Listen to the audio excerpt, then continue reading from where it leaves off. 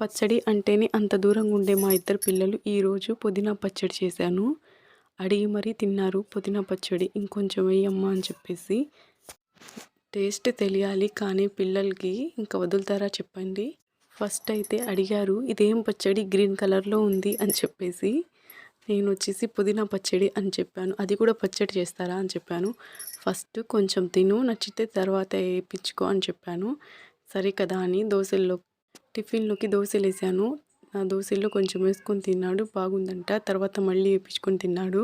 పుదీనా పచ్చడి కొబ్బరితో కూడా చేస్తారు కదా, నేనైతే అలా చేయలేదు. నేను పచ్చిమిర్చి, టమోటా ఇలా పుదీనా వేసి చేశాను. ఇది అన్నంలోకి కానివ్వండి, ఇడ్లీలోకి కానివ్వండి, దోశలోకి కానివ్వండి చాలా బాగుంటుంది. ఇక ప్రాసెస్లోకి వెళ్ళిపోదాం. ఫస్ట్ స్టవ్ మీద కడాయి పెట్టుకొని ఆయిల్ వేసుకున్నాను.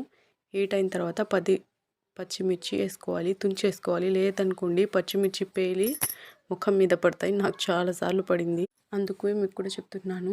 పచ్చిమిర్చి ఫ్రై అయిన తర్వాత ఒక స్పూన్ జీలకర్ర వేసి అది కూడా ఫ్రై అయిన తర్వాత తీసి పక్కన పెట్టుకోవాలి. అదే డబ్రాలో కొంచెం ఆయిల్ వేసుకొని మనం క్లీన్ చేసి పెట్టుకున్న పుదీనాను కూడా వేసుకొని బాగా ఫ్రై అవ్వనివ్వాలి. అది కూడా ఫ్రై అయిన తర్వాత తీసి పక్కన పెట్టుకొని అదే డబ్రాలో కొంచెం ఆయిల్ వేసుకొని 5 కట్ చేసిన టమోటాలు, నిమ్మకాయ సైజంత చింతపండు వేసుకొని బాగా మగ్గనివ్వాలి.